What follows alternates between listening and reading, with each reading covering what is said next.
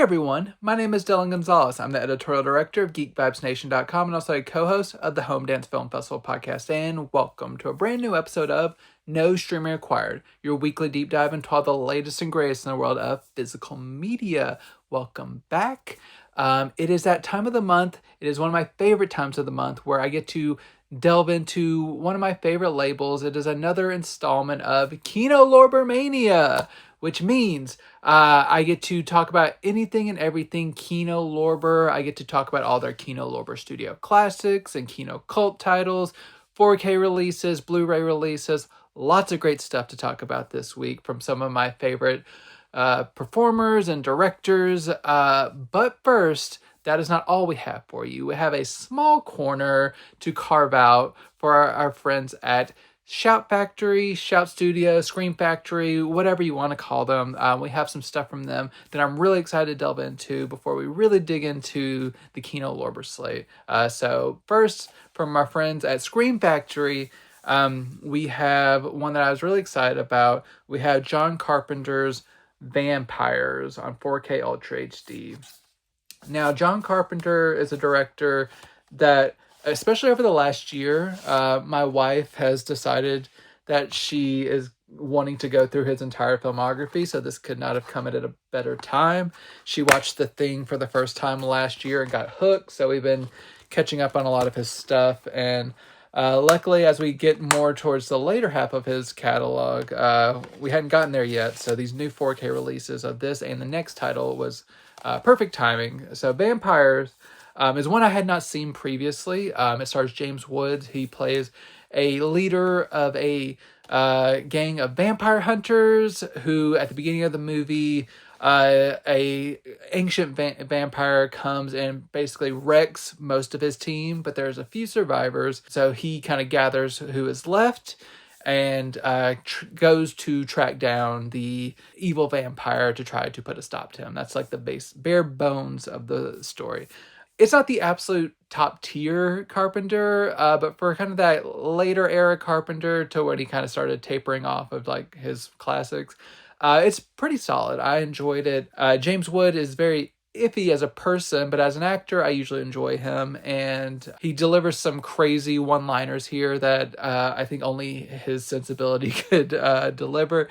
But he has really good chemistry with all the performers and stuff. So it's a pretty decent, fun time. I really like the way that vampires are dispatched in the sunlight in this one. It's a really kind of bombastic way to do so, and I think it's a lot of fun. There's a lot of great practical effects on here, obviously, that really look good still, and the cinematography is very distinct looking, which I'll talk about more when I start talking about the picture quality here in a second. But I think this is a really solid late era Carpenter. I think it gets overlooked a bit by some people, but it's a fun time, has a pretty decent soundtrack as well. So it's very much worth checking out for anyone who likes a good vampire film or just wants to complete their Carpenter collection. You should not be embarrassed to own this. It's a really good one. And this 4K Ultra HD is the way to own it. So this comes from a new 4K restoration of the original camera negative. I believe both this and the next title I'm talking about were both licensed from Sony. And from what I've gathered from my years of covering physical media, it appears that Sony typically will remaster titles themselves and give those to any boutique labels that they license out to. They seem to have kind of a difficulty working with a lot of boutique labels, but when they do, they typically release whatever Sony gives them. And in the case of this, Sony's done a really nice job with this 4K restoration. I always love their restorations. They always do a really nice job of keeping things very natural looking and just very clear to the intent of the original footage. And Scream Factory has complemented that with a really great encode. So it's been encoded very nicely in Dolby Vision, and this has a lot of like really deep reds throughout here. There's a lot of influences of that in the cinematography, and just not like a completely, it's not supposed to be a natural looking world. It's a very distinct kind of like almost post-apocalyptic looking world where vampires run amok and everything. But it looks really great. And then all the stuff at night, whenever the sun goes down and they're more vulnerable to the vampires, that looks really good too, because there's deep black levels, no blown highlights in any of like the car headlights or anything like that. Everything is kind of kept very compact and looking great, very deep and just nuanced, and just a really good looking picture full of great textures and just no digital noise or anything. All the grain resolves very well. It's just a really great looking transfer from Scream Factory, and that carries over to the audio portion of things. It's not given like an amazing audio upgrade in form of like Atmos or anything, but you do get a DTS 5.1 and 2.0 soundtrack with both sound very natural, and there's no distortion or anything like that. I do not have the previous Scream Factory release of Vampires, but everything I've read online, people seem to say that the audio also seems to have been upgraded and remastered in some form, and it sounds a little bit more clear than previous releases. So I cannot vouch for that, but from what I've heard, that is the case. I just can say what I heard, which was a great sounding release. And then you also get the special features carried over, which includes a commentary track from Carpenter, 5 interviews that run from about 10 to 22 minutes, and a making of featurette. So really good stuff here for John Carpenter fan. John Carpenter's Vampires is a really good film, and it's a really good release. One of the better Carpenter 4Ks I've seen. So definitely make sure to check that out if you're a fan of Carpenter or just vampire movies. It's a fun one to throw on and just like lose yourself to. It's good. And with a pretty wicked sense of humor, so that's fun.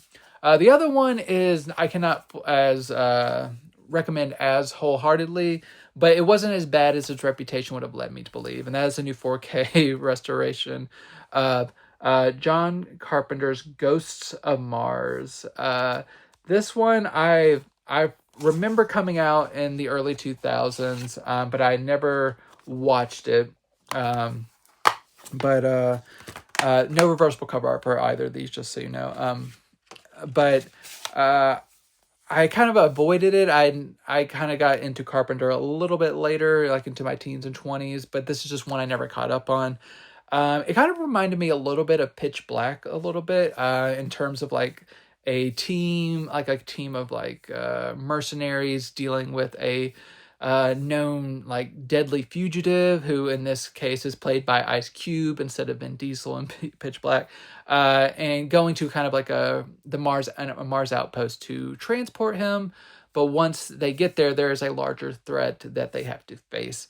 So in this case, it is actual ghosts of aliens kind of taking over some of the people there and turning them into like kind of inhabiting their body and kind of trying to take the planet back and everything. So it's like the small group of soldier mercenary people taking on these space ghosts, and it's a little bit ridiculous, but there is some amount of fun to it. The acting is a little bit more inconsistent on this one. Ice Cube is not the best performer. Natasha Henstridge, who is our lead, she works a little bit better in like the Species franchise, more so than this franchise. She does fine, but she's just not as like a complete badass as someone like Sigourney Weaver in the Aliens franchise. But Pam Grier's fun. You get people like Clea Duvall and Jason Statham. Everyone does a passable job. There's some line readings that don't just quite land.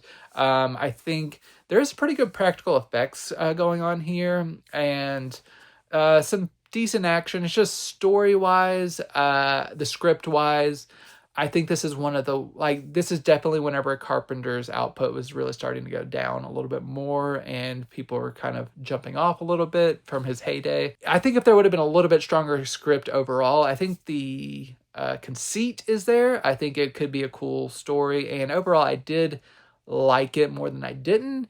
I think it could have been stronger, though, with a better script overall and like a better delivery from some of the performers. But it's not a complete misfire like I've heard. I'm not embarrassed to have this in my collection by any means. It's just, and when Carpenter's released some of like the greatest horror movies of all time, this kind of thriller sci-fi action tale just really doesn't quite compare. But if you're a Carpenter fan, it's still worth checking out, just to see what he's doing in this. But his thumbprints aren't as clearly on this, I would say. But in terms of a 4K release, it's another fantastic one through their deal with Sony. This is from another 4K transfer from the original film elements. And this looks fantastic in Dolby Vision. Really great nuanced colors. I don't have any previous release of this movie, but based on some screen caps I've seen online, it seems like previous like budget releases from like Mill Creek, especially and stuff, were very heavily boosted and stuff in terms of like the high, like just overall color grade, and it really made things look very cheap and tacky and everything by kind of dialing it in to more of its intended nuance that it's supposed to have on this 4K transfer. It looks a lot more realistic in terms of like losing yourself in this world of practical effects. Overall, the textures look great. The colors are deep. It's just no banding or anything like blown highlights or anything. It's just a really nice transfer from Scream Factory. And then DTS 5.1 and 2.0 audio sounds great as well.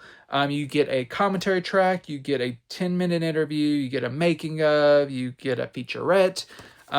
So a couple of decent features on here, and a great transfer of this movie. If you're gonna watch it in 4K, because you definitely don't want to like watch a middling movie in bad video quality. You might as well get the like best experience out of watching this if you want to watch it in 4K. Sounds good as well. So John Carpenter fans, check this out. But I cannot, like I said, I cannot recommend this as like wholeheartedly as I did Vampires. It's not quite as good, but it's not a train wreck either. The next movie, I'm definitely going against the critical grain I've seen from a lot of people. I love this movie. I'd never seen it before. This is the Scream Factory Blu-ray release of As Above, So Below. So this was a movie that came out a little over a decade ago. It is a found footage movie, but it's with kind of known actors. So on some respects. So that kind of breaks the illusion a little bit, but I didn't really mind that. I'm not the biggest found footage fan, I'll admit. This was a reversible cover art, and the cover art that's on the slip cover is on the other side. So I'm not always the biggest found footage fan.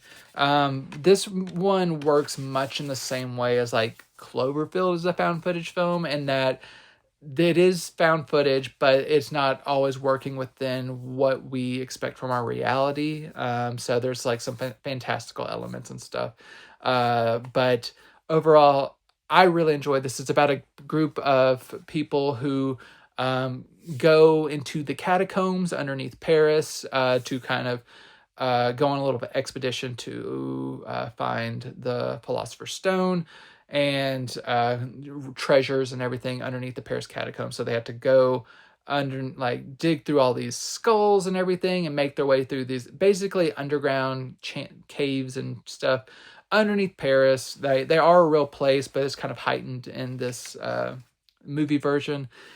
And they just start experiencing things that make they're like losing kind of their sense of where they are, and just kind of surreal things start happening, like imagery, like weird things start popping up in like kind of the cave catacombs.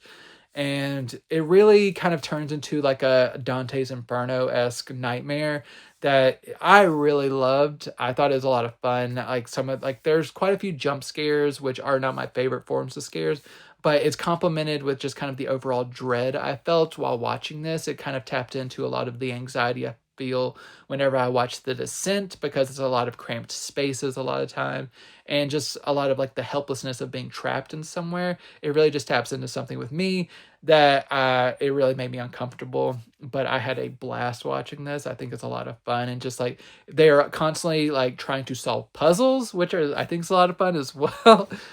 So just treasure hunting underneath like underground caves underneath Paris, and just going to hell basically. Wild stuff. I enjoyed it. And if that sounds fun to you, if you haven't seen it, give it a shot. I don't think there's very mixed reviews on this one overall, but I think it's a really great horror movie, and it instantly became like one of my favorite discoveries I've seen in a while in the horror space, as I had been avoiding this for, like I said, a decade or so. I did not have the previous Blu-ray from Universal. This is another Blu-ray once again. I know a lot of people were disappointed that this didn't get a 4K upgrade, including myself. based on how it was shot and it being a found footage movie and finished in 2K and everything, I understand why it was not given a 4K release. I just cannot say definitively if it is worth paying extra for this version when there is a pretty cheap Blu-ray from Universal that you can find. But for a found footage film, like what it can look like and how good it can look on Blu-ray, it looks really great. I didn't notice a lot of banding or anything, like things that shouldn't look bad in the found footage space. I don't think I didn't find any issues with that there. It sounds great too. So you got a couple different audio options, including DTS 7.1, 5.1, and 2.0 audio. The 7.1 really was immersive in the best way whenever you're dealing in this kind of space. That was what I really responded to. But that's probably pretty similar to how the previous Blu-ray and looks and sounds. So what you are getting here are 2 new interviews, one of which runs 27 minutes and one runs 14 minutes. I believe that's with the director and the producer. You also get a featurette that I believe was included on the previous release. That's only like 3 minutes or so. It's not very long.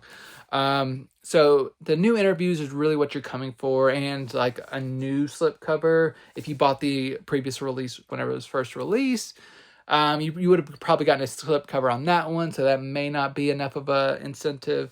But if you do like this movie and you just want more special features, definitely get this one. Maybe a 4K would have been a bigger incentive for a lot of people to upgrade this one. But it's a really fun movie. I think people should take a chance on it if they're interested.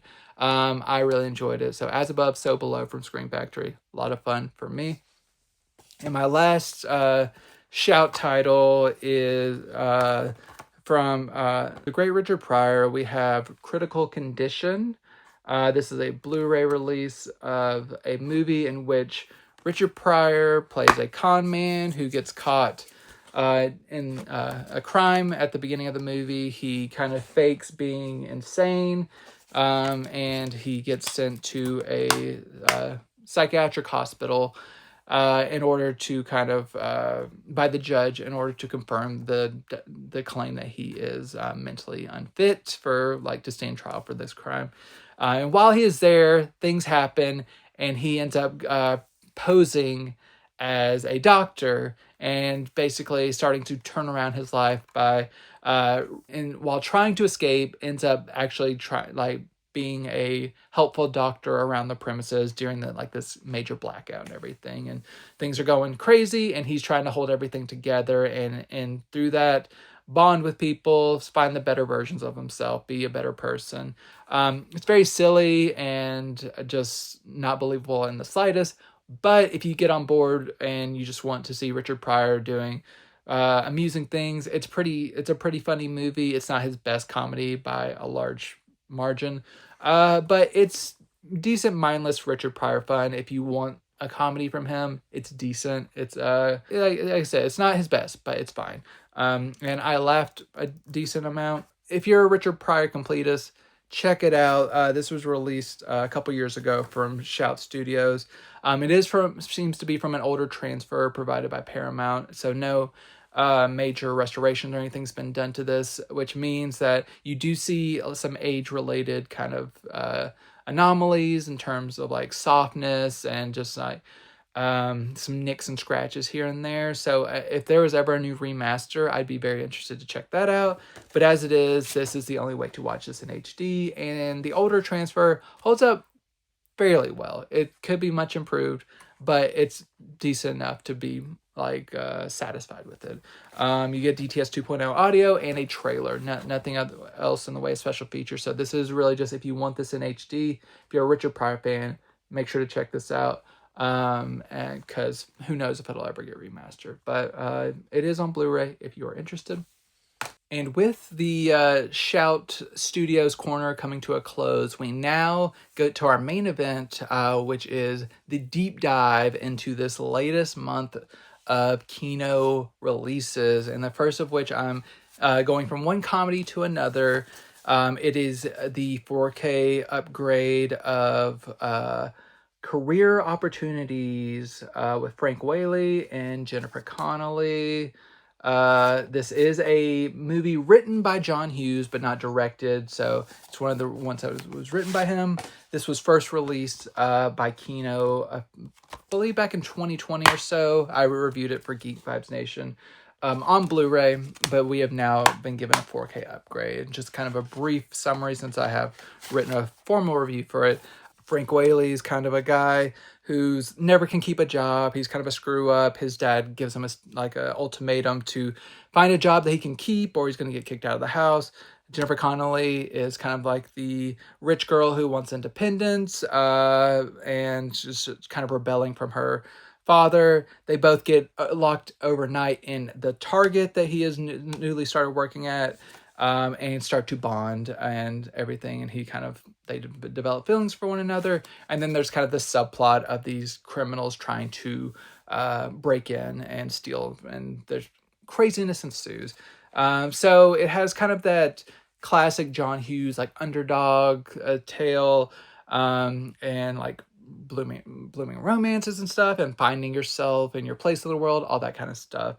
And in terms of his output, it's more on the lower end of the spectrum for that. I did warm to this a little bit more on a second viewing. I think kind of the weak link here is Frank Whaley as our male lead, just because he doesn't have that kind of screen presence as like, he's kind of working in almost like the same vein as like a Matthew Broderick and Ferris Bueller, but he just doesn't kind of have that it factor to kind of really sell his kind of brand of humor.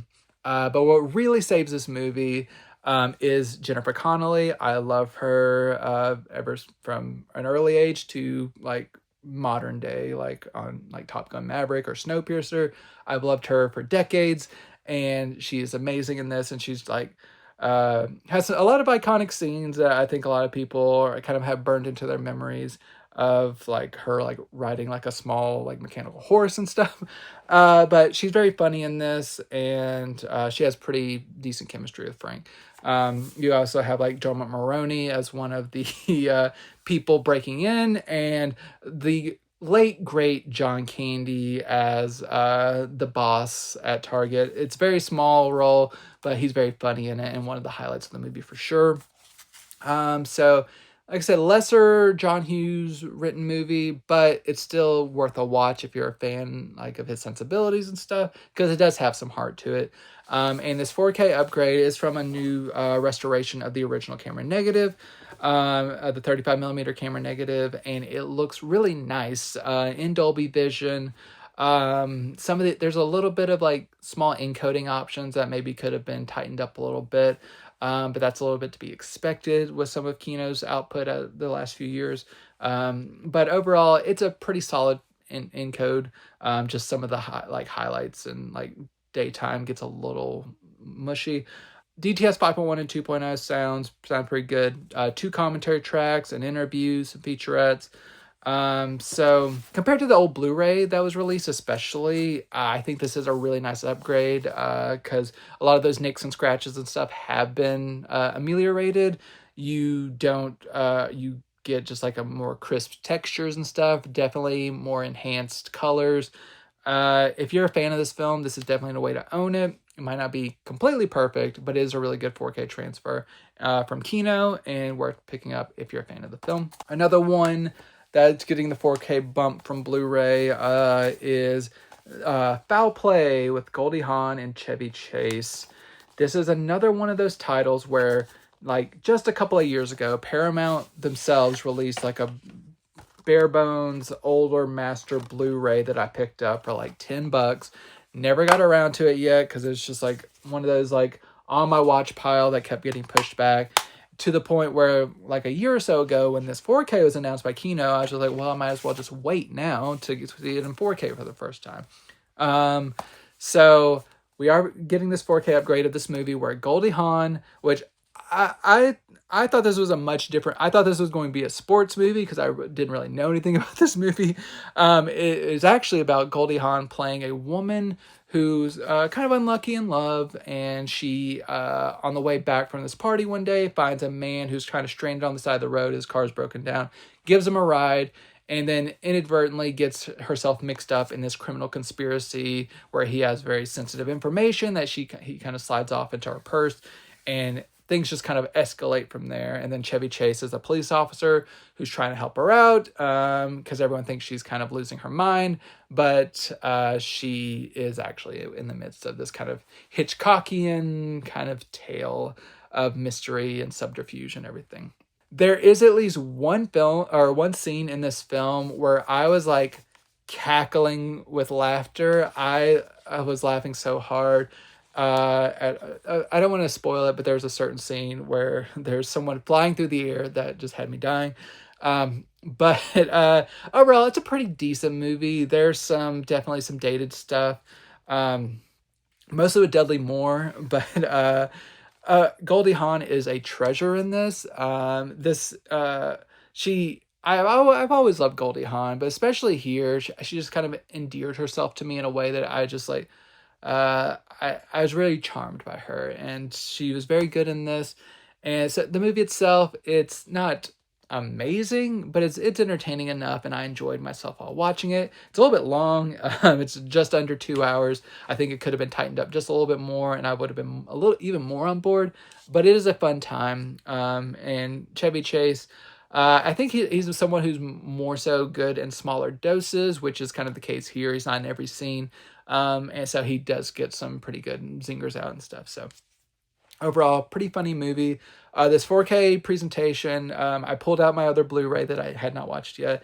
Major upgrade from that. This 4K restoration of the original camera negative in Dolby Vision. Looks really fantastic. Once again, maybe some things could have been encoded a little bit more cleanly and everything, but overall, it's a really nice looking transfer with great textures on outfits and everything, and just really bold colors. It's just, you can tell this is a fresh transfer, and it looks very nice. So if you're a fan of the film, definitely worth the upgrade on 4K. You do, like I said, this is in Dolby Vision. You get 5.1 and 2.0 audio. You get a commentary track. You get a featurette. You get some trailers. So overall, foul play. It's another solid 4K upgrade from Kino. Going over to some British comedies in collaboration with Studio Canal. The first one I have is I'm All Right, Jack. This one was very amusing to me. This is kind of a satirizing kind of labor issues where there's kind of like this bumbling man who gets caught up in the struggle between like this labor union led by Peter Sellers and the bosses who are trying to kind of exploit the workers and stuff and get them into kind of like make things in a certain way, led by kind of like it's kind of like businessmen against the union, and it's just like all this kind of stuff that's very funny and like darkly biting. Like just one of like kind of the type of thing is like the labor. It kind of like takes aims at both sides, which I think is very smart. Like there's just like an undercurrent of like how the union works a certain way.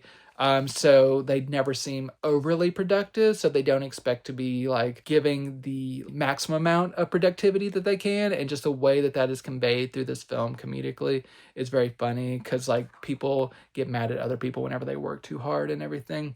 But it's very funny whenever it's delivered by Peter Sellers. And so I kind of liked this kind of social issue comedy that was very amusing to me in like kind of a very dry British way. I enjoyed it quite a bit. This and my next one especially really reminded me of kind of like the Ealing comedies that I reviewed for on Geek Vibes Nation before on geekvibesnation.com. There's people like Terry Thomas in here and Ian Carmichael. I've definitely viewed in some of those films. And they are very funny here as well. They just kind of like have a very British way about them that really amuses me.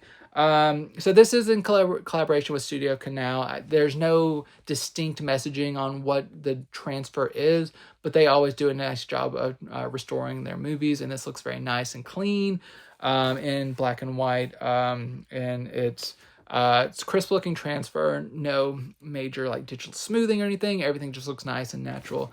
I was quite pleased with it. And it has a commentary track and an interview. So if you like witty British comedies, I'm All Right, Jack, definitely worth checking out.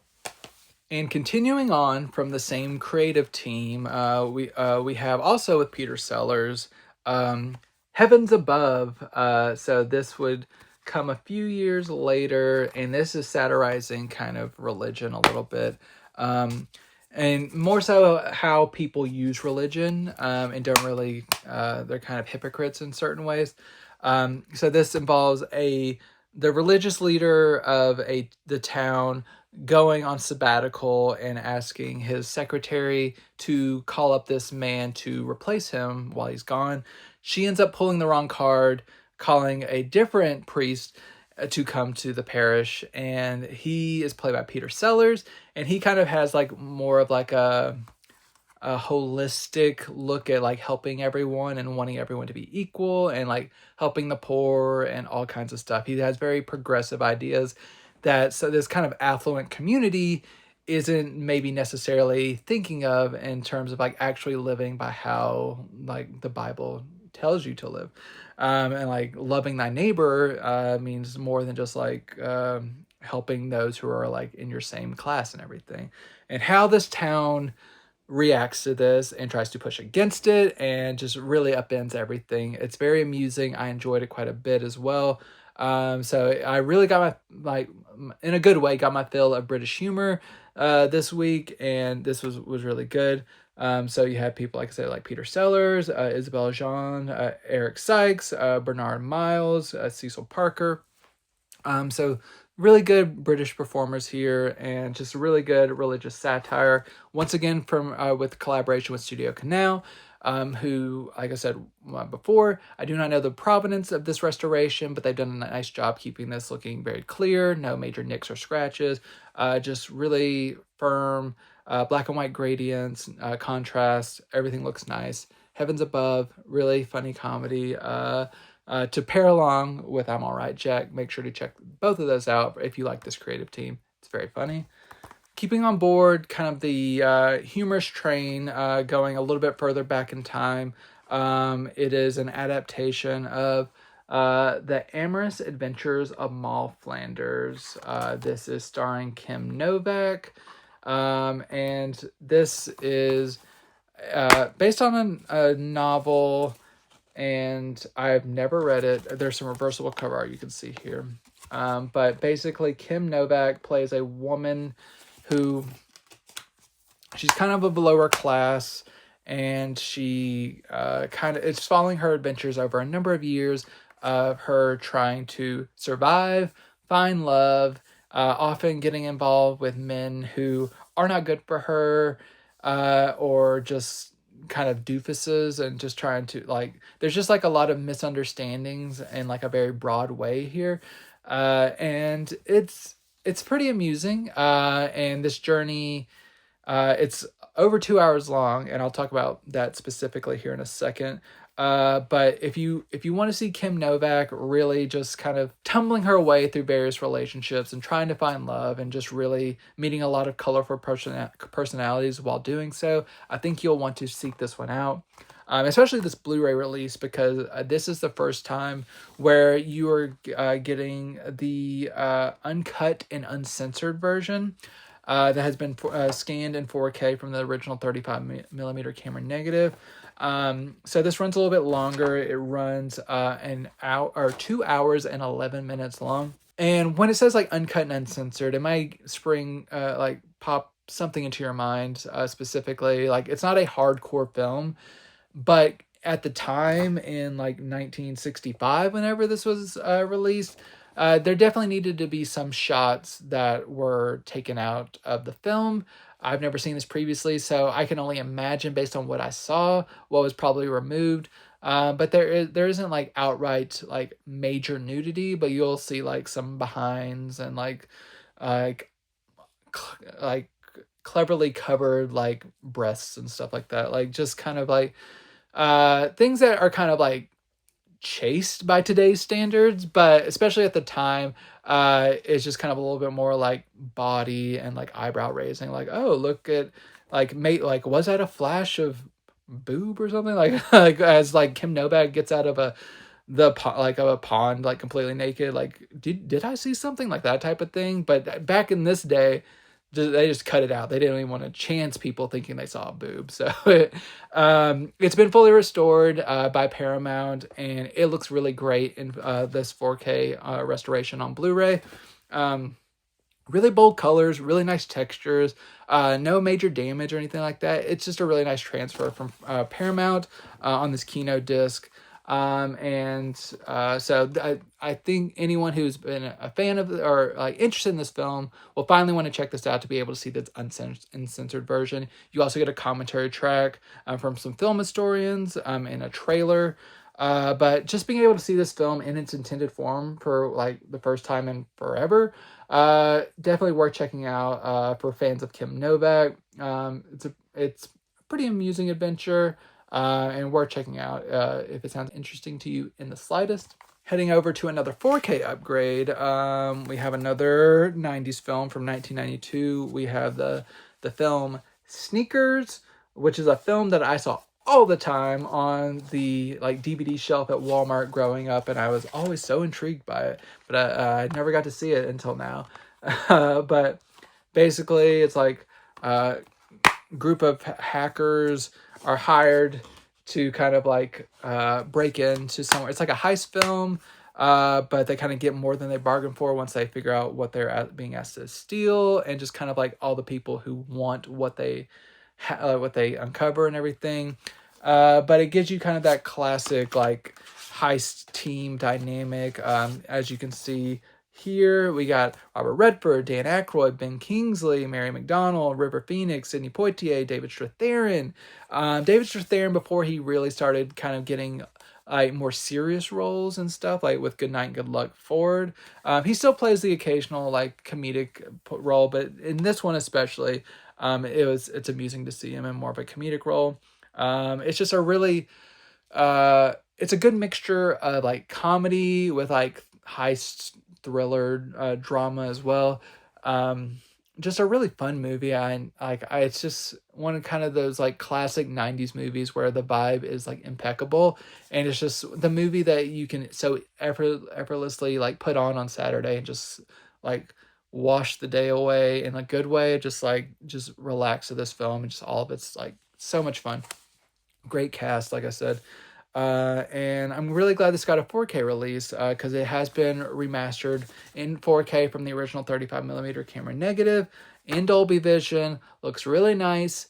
Once again, maybe the encode could have been optimized a little bit better in some respects, but it's not a major step down by any means. It's a really nice looking transfer. 2 commentary tracks, both a 5.1 and 2.0 track, and a 40-minute documentary on the film. So overall, good release of Sneakers. If you're a fan, definitely worth checking that out on 4K. Because I think the old Universal Blu-ray that was put out kind of had some more like edge enhancement and everything like that. I do not have that to compare. But everything I've read, I think that would be a reason enough to upgrade to 4K, especially if you're a fan of the film, to get it in the best version possible. Sticking on the 4K train, we have a 4K upgrade that I don't believe had been on Blu-ray domestically before, and that is Andy Garcia's Things to Do in Denver When You're Dead. This is a 1995 movie. People kind of liken this to like a Tarantino like rip-off movie in terms of like kind of people riding that coattail after like Reservoir Dogs and Pulp Fiction.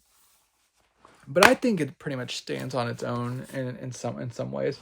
Andy Garcia playing a man who's trying to getting out of the crime game, but he is asked by the kind of local crime boss, played by Christopher Walken, to do one final thing for him.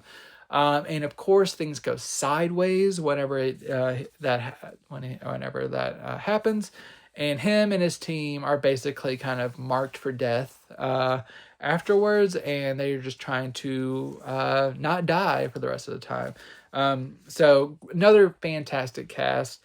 So like I said, Andy Garcia, you have Christopher Lloyd, Treat Williams, William Forsythe, Bill Nunn, and then you have like Steve Buscemi as one of the people who are trying to track them down, Fairuza Balk, Gabriella Anwar as like the romantic interest for Andy Garcia.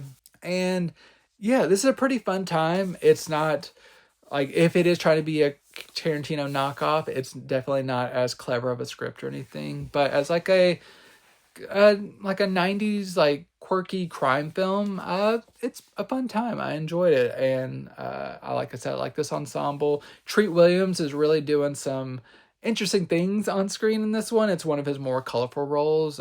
Rest in peace to Treat. Like a movie with like Steve Buscemi, Christopher Walken, and Christopher Lloyd. I'm Seated, and this did not disappoint me. This comes from a new 4K restoration of the original 35mm camera negative in Dolby Vision. Pretty similar to the previous titles. Really nice looking transfer overall. Maybe minor things here and there in some of the daylight scenes that could have been optimized a little bit better. But overall, really nice looking transfer. There's a lot of shadowy scenes in this one that you get pretty deep black levels. Nice textures on like the production design and everything. Really nice bold colors with the Dolby Vision. And then you get both a 5.1 and 2.0 track, 2 commentary tracks, 4 interviews that run from about 16 to 24 minutes long, and a featurette. So if you like this cast, if you like quirky crime films, Things to Do in Denver When You're Dead is at least worth checking out once. I think it won't let you down. One film that whenever it was announced, I saw so many people flipping over this one, so I was very excited to check this one out. This is the 4K release of Vice Squad.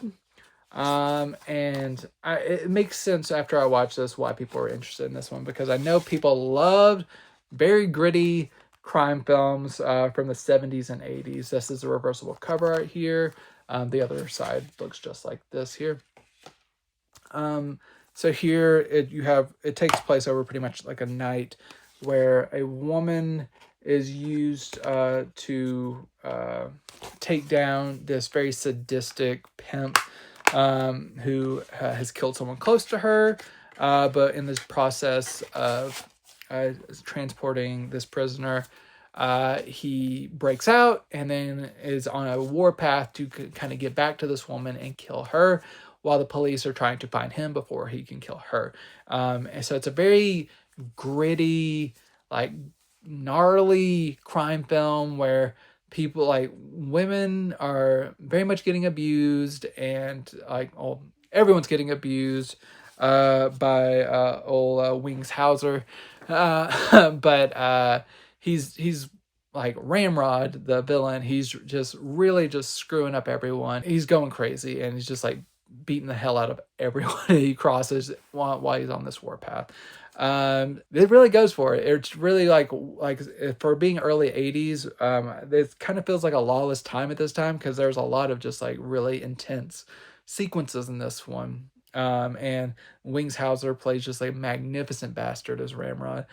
It's a wild movie, very dark, but if you're on board and like don't get too offended by misogyny and just like violence towards women, it's an interesting crime tale and very much worth checking out. This is from a 4K restoration or 4K scan of the 35mm camera negative conducted by Studio Canal, and this is in SDR. There's no HDR, so standard dynamic range, but that does have the benefit, as I mentioned previously on certain Kino episodes, they seem to do a little bit better with their encoding when they are dealing with SDR 4K rather than HDR.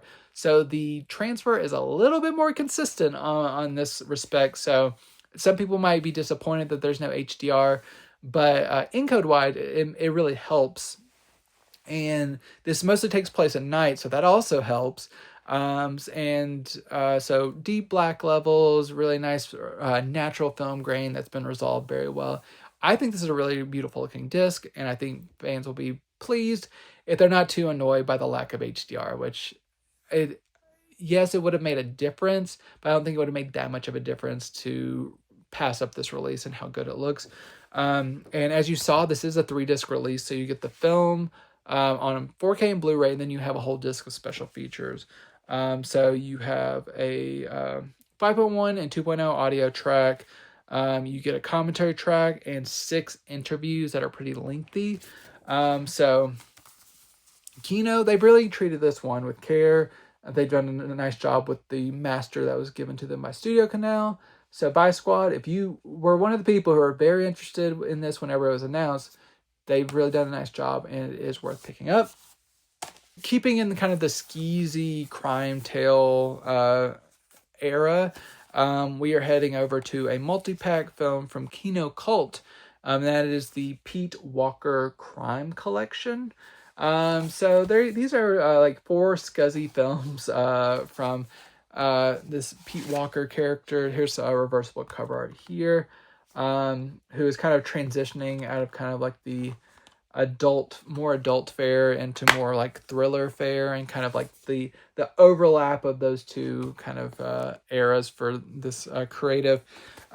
So you do get Die Screaming Marianne, Cool It Carol, Moon, Man of Violence, and The Big Switch. So those 4 films. So like Die Screaming Marianne, that one like involves like someone like this mysterious heiress. She's trying to avoid these people who are trying to basically get her inheritance from her and everything, and try to kind of like we have a couple of films that deal in kind of the smut film arena and stuff, and people getting involved and over their head in this kind of like skeezy area of the entertainment industry, and just also how just kind of people get in this orbit. There's a lot of violence and a lot of crime and just all this. And then you have like a heist film with Moon, and that's pretty interesting as well. It's kind of like a kind of a grodier take on like a James Bond film. But these are all very interesting. This is also these have been restored by the BFI. There's a little bit of like more lingering damage here. There are some density fluctuations and nicks and stuff here and there. But overall, these are solid looking transfers for this creative figure. They're all pretty interesting. They have a little bit of more adult content here. So if you like kind of like British noir or crime films, anything like that, this is probably worth adding to your collection, because it does have more of a harder edge to it. And so yeah, the transfers are decent. Audio sounds pretty solid as well. Maybe a little bit of lingering age-related deficiencies here and there, but overall they hold up pretty well. No major distortion. That you get 2 commentary tracks and a boatload of interviews. So if you can kind of like maybe see some of like there's so many interviews on here. The people behind Kino Cult have really done a nice job of like putting forth a lot of effort to get some good interviews here. So 2-disc set full of crime films, worth checking out if it sounds interesting to you. They've done a nice job with this set. A re-release from Kino Cult of an old Scorpion releasing title. This is Bobbie Jo and the Outlaw.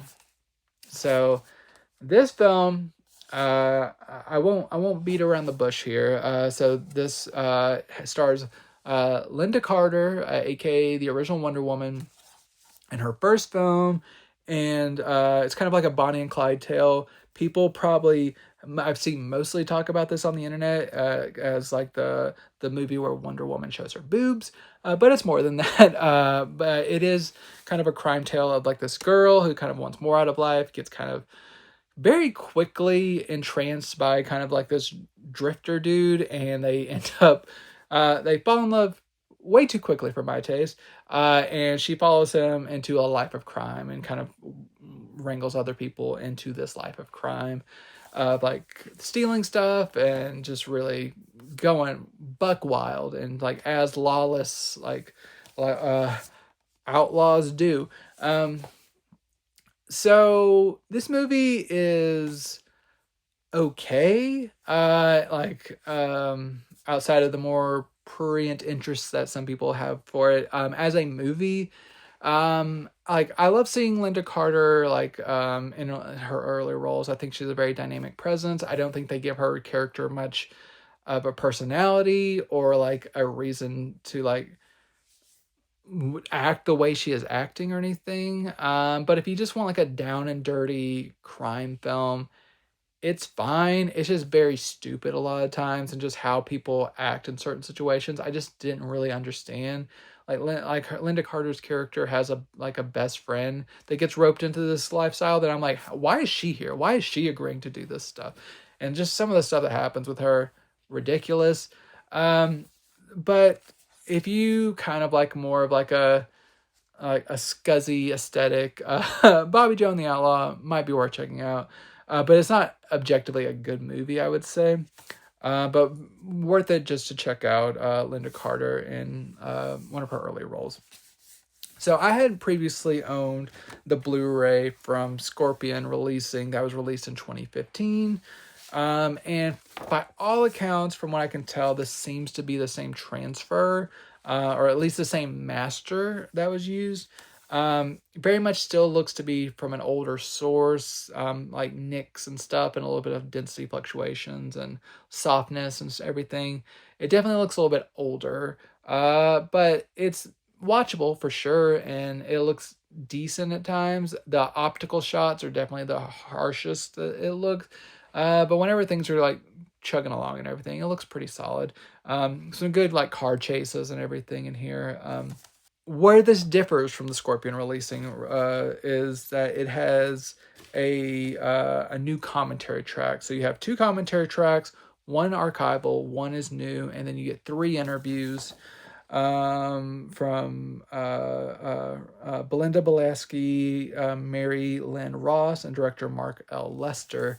So no Lynda Carter interview, but you get some interviews and some commentary tracks and everything. And you get a new slipcover, which the old one did not have. So if you order before they're gone, you can get a slipcover with this as well. So if you're thinking about upgrading, only do it if you want the slipcover and a new commentary track. Otherwise, you're probably okay holding on to your Scorpion releasing.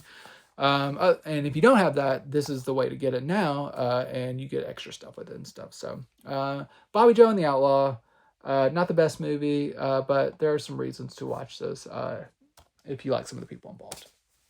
Sticking with the Outlaw theme, we're going back a little bit to 1975 with Posse, starring and directed by Kirk Douglas.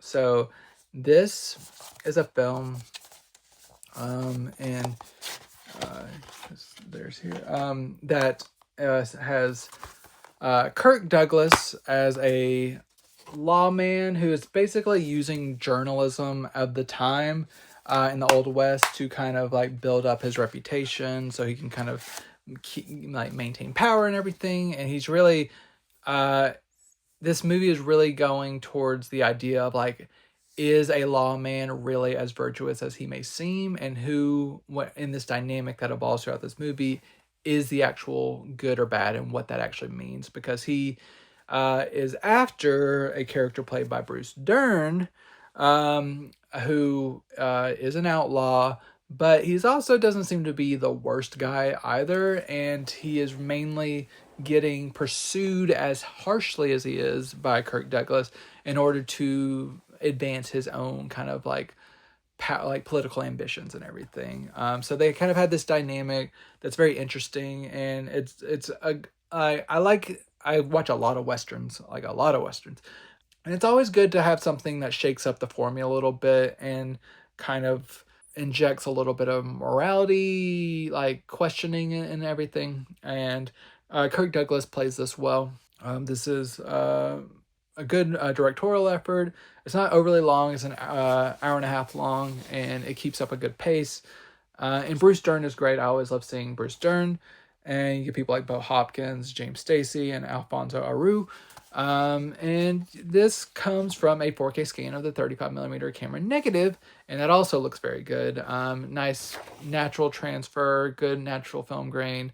Colors are good and stable, earthy. Good details and everything, not overly noisy. Everything just seems to be pretty nicely resolved. And you get a commentary track and a trailer.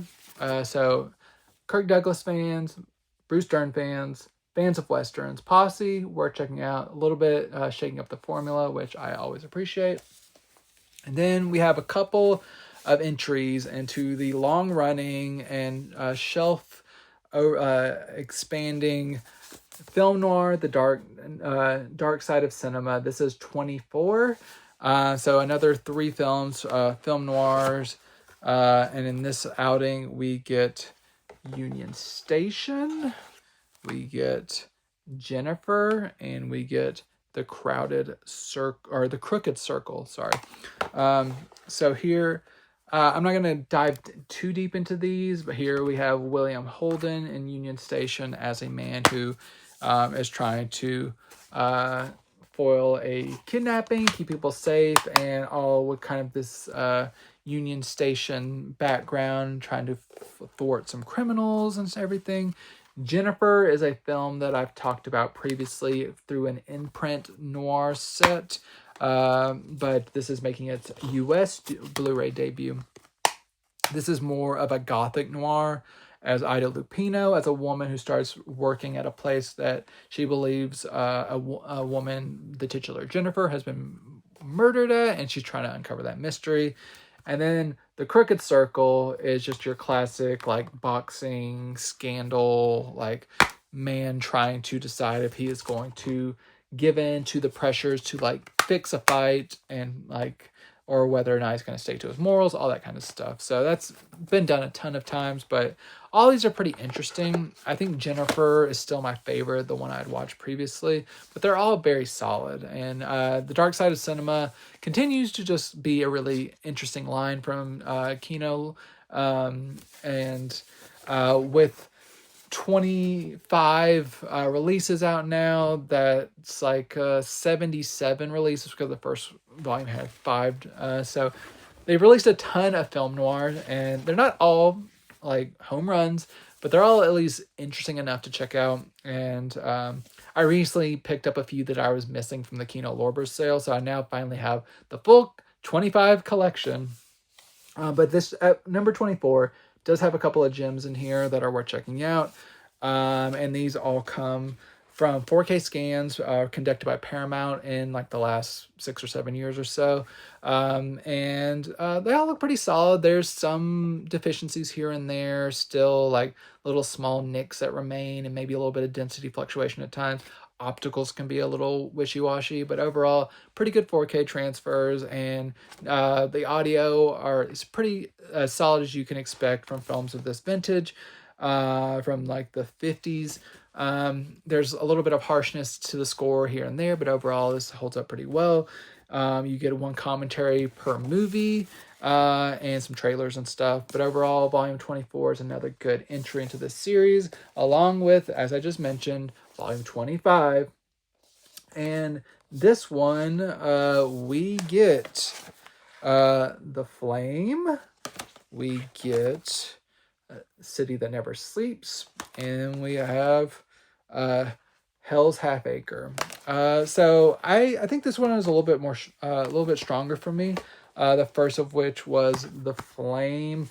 I like this one. This is about a woman who's kind of involved with a man, and gets involved with a scheme to date his brother in order to get his money. But in the course of this, ends up falling in love with the brother, and it really just kind of complicates her life of like what she's trying to do to get this money. The next one is City That Never Sleeps. This is just your classic like day of the life of like a cop, like patrol. Like there's like 4 or 5 characters that they like from both sides of the law that they follow, and just trying to see all the craziness that can happen while on patrol. You have people like Gig Young, William Tallman, Edward Arnold, Chill Wills, Marie Windsor. So overall, this one's pretty fun as well. And then finally, you have Wendell Corey and Hell's Half Acre. This one is a Hawaii set film noir. This has a couple of different plot threads, including Wendell Corey as a man who has kind of like a former shady business associates coming back into his life and trying to blackmail him, and all kinds of stuff spiral out from there, and his current girlfriend and his ex, and how that all kind of intersects with one another. So these are all solid movies. My favorite is The Flame. I really like kind of the moral ambiguity and like trying to look inside of like, do you want love or do you want money, and all that kind of things. But all of these are pretty interesting. Like I said, I like this 25 a little bit more than 24, and it's a nice milestone for this line. But this gets 4K scans from Paramount, once again from the last 6 or 7 years, and one commentary each, and some trailers. So similar to the transfers of the other one, you can kind of apply that to here. Mostly great, small anomalies here and there, but overall good effort from Kino Lorber. Moving on to a film set in Scotland, we have one. It's also based on some real life notorious people, Burke and Hare. So this is a dramatization of a real life pair who were known. Here's the reversible cover art for selling bodies, like dead bodies, to like the medical school, most of which had been exhumed, but some of which they got through actually killing people in order to sell their bodies for money. And this is kind of like that dramatization of like how this happened, and like the school like knew that they were getting bodies, like digging up some bodies or stealing them from morgues and stuff, which they were fine with. They were not fine with them actually killing people in order to get bodies for more money and everything. And this is kind of like, it is dramatic, but there's also a lot of comedy in this. And it's a very dark bit of humor, but I think if you kind of like that, it's worth checking out. It's also quite a bit of nudity in here, from like some of the sex workers that they visit and everything. And there's a couple different like plot threads going on of like not just following Burke and Hare, but just like the whole environment around them. Solid enough movie, not my favorite that I watched, but worth checking out if the subject matter interests you. It's a very dark chapter in like this history of the world, but it's very interesting. And I'd heard about this before, but I kind of forgot it, so it was interesting to get a refresh on this. As far as I can tell, this seems to be an older master. I don't see collaborations with like Studio Canal or BFI or anything like that. And I noticed that especially in like one stretch of the movie, there was some major color fluctuation during portions of the movie that I can only assume was just like a problem with the original materials and stuff. But it was kind of very distracting during at least a stretch of the movie. It doesn't happen the entire movie, but for like a good 5 or 10 minutes, there's like some major color fluctuation. But other than that, it's just like an solid older master, but probably maybe could be, I'm not sure of the estate of the original materials, but maybe could be refreshed at some point. But as it is, decent enough Blu-ray release, even if it's not perfect. You get a commentary track and 2 interviews, so pretty decent release for this movie. If you're interested, you got this cover, like slipcover and everything, so order early if you want the slipcover. Interesting enough movie. And then staying over in Europe, this British film, we have The Cruel Sea. This is a World War II era film about people on a British ship who are trying to track down enemy submarines and sink them and everything, and just kind of the bond that forms on the ship between everyone. And it's very dramatic and just naval battles and everything. I enjoyed it. I like a good war film, and this was pretty interesting. Some good like battles between with trying to sink these like U-boats and everything. Good British film, good war film. This is in collaboration with Studio Canal, and they've done a nice job preserving this. I didn't notice a lot in the way of damage or anything like that. Just a solid looking release, and sound is pretty consistent as well. You do get a commentary track and an interview. So if you like war films, check out The Cruel Sea. The next one, also involving the ocean, we have the Bermuda Triangle. And this is a docudrama where it's kind of like a omnibus of real life accounts within like the Bermuda Triangle, and kind of reenactments of some of these, just like ships that disappeared and just weird things that happened in the Bermuda Triangle. This was back in 1979. Almost has kind of like a made-for-TV movie feel. Bottom tier of films that I watched this week. I didn't love it. As a docudrama, it was just a bit too choppy for me to really get invested in it. And while the Bermuda Triangle is like an interesting idea and stuff, I just couldn't get completely on board for this. Like, there's some wild stuff depicted here. That's it's interesting enough. It just like compared to some of these other movies, I was a lot more engaged with. This one's fine, but I just didn't really do a lot for me. And also this seems to be from a 2017 4K scan from Paramount. It holds up pretty well. There's still some minor things here and there that don't look the best, but overall pretty consistent looking transfer. Audio wise, seems to be pretty good as well. You do get a commentary track, but other than that, no special features. But if you're interested in the Bermuda Triangle, here's another movie to add to the list to check out. Staying in more of the fantasticals, like science fiction realm, we go overboard in a really interesting way in Crack in the World. So this is your old-fashioned disaster film. It's about a scientist who is trying to reach, crack the crust in order to, reach a certain element that he needs, and he can't get quite past it. So what does he do? He detonates a thermonuclear device, gets a little bit too wild with it, and ends up starting to split apart a part of the world, and it just leads to kind of apocalyptic almost ends. So if you like a big disaster film with endearingly dated miniatures of people, trains falling into caverns and stuff, and things lighting on fire and everything, you're gonna want to check out Crack in the World. It's dated in the best way. I love old school disaster films, and this one was pretty fun.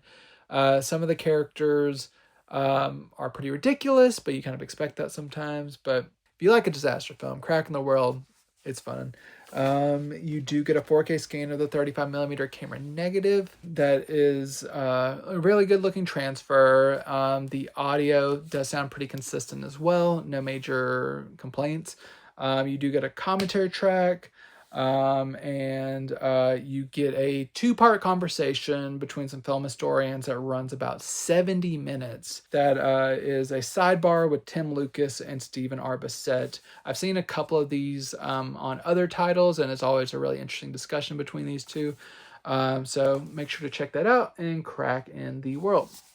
My final 2 films, more 4K upgrades. We've been having, over the last year, a lot of 4K upgrades for fans of John Wayne, and we have 2 more for you.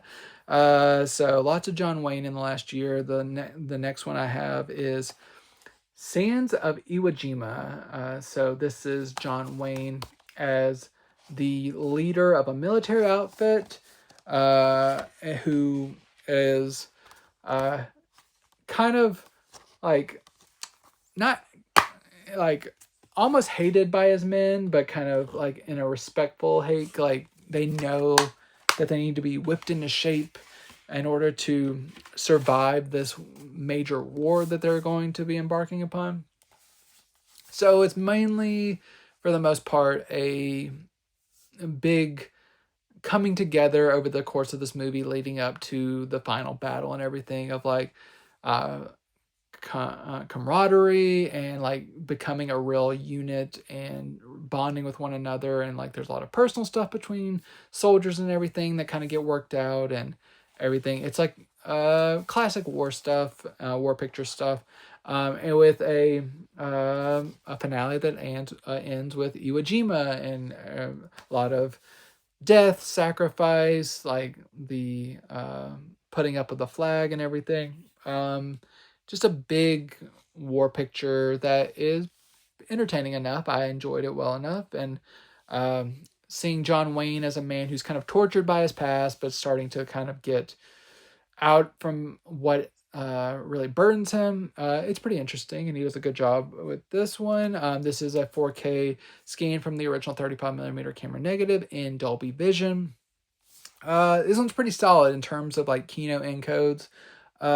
This one is a pretty good 4K encode, and I think people will be very pleased with this. This is a black and white movie, and the contrast and everything looks really good.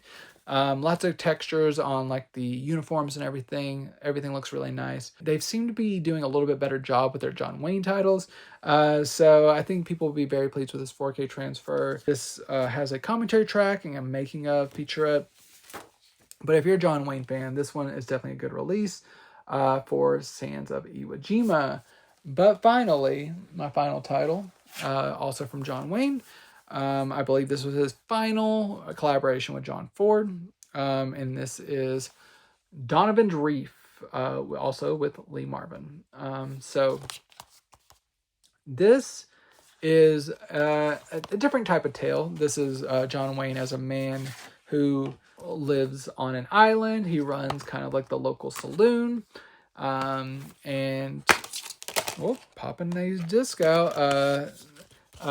And he has like, he's kind of like serves as like a surrogate uncle to these kids, like kind of this the doctor on the island and everything. But one day they get word, like the doctor goes off and they get word that this woman is coming over to the island to meet her father, who is the doctor. She doesn't really know, they've never met. She doesn't really know a lot about him and that he has kids and stuff. So John Wayne's character kind of like takes them away, so she's not like shocked whenever she gets there, and like he doesn't know what kind of woman is going to show up and stuff, so he's trying to protect the kids and everything while this doctor is gone. And it's basically, once you gets there, them finding their way of just like, she's trying to figure out where she comes from, who her father was, but she's also meeting this very gruff man played by John Wayne, but secretly has a heart of gold and stuff. And there's just a lot of stuff going on in this island drama, and Lee Marvin's around being like kind of like the local barfly who kind of gets into fights. But most surprisingly about this movie is it is a Christmas movie. It is a tropical Christmas movie, but it is very much a Christmas movie, and I was not expecting that. About like 40 minutes or so in, you have our characters going to like cut down like a palm tree to act as a Christmas tree. And it's all leading up to Christmas. There's like a Christmas Eve service in the church. There are presents exchanged. This is a Christmas movie. So if you want more of a tropical Christmas option, check out Donovan's Reef, especially in this 4K, because it is from a 4K scanner, the 35mm camera negative in Dolby Vision. Looks really nice. This is a really good encode for this one as well. Maybe very minor things here and there in the brightest moments, but overall, it's a pretty solid looking transfer. You get 2 commentary tracks and a short film from John Ford that runs about 21 minutes. It's a short documentary. But overall, Donovan's Reef, some problematic elements. I don't like all like the forced romance and everything, and like large age gaps and everything that women are forced into, but otherwise pretty solid, like entertaining outing for Donovan's Reef. That is my slate. Hopefully in all of these titles you found at least one thing that interests you. If so, let me know in the comments. I love to know what people respond to, what they want me talking about, what they want me to talk about in the future. Let me know if you want me to talk about a specific title, and I'll try to incorporate that in the future.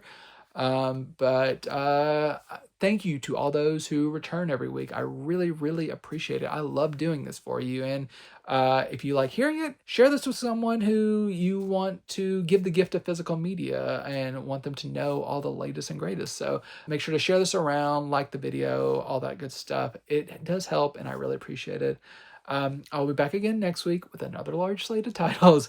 But until next week, enjoy these movies.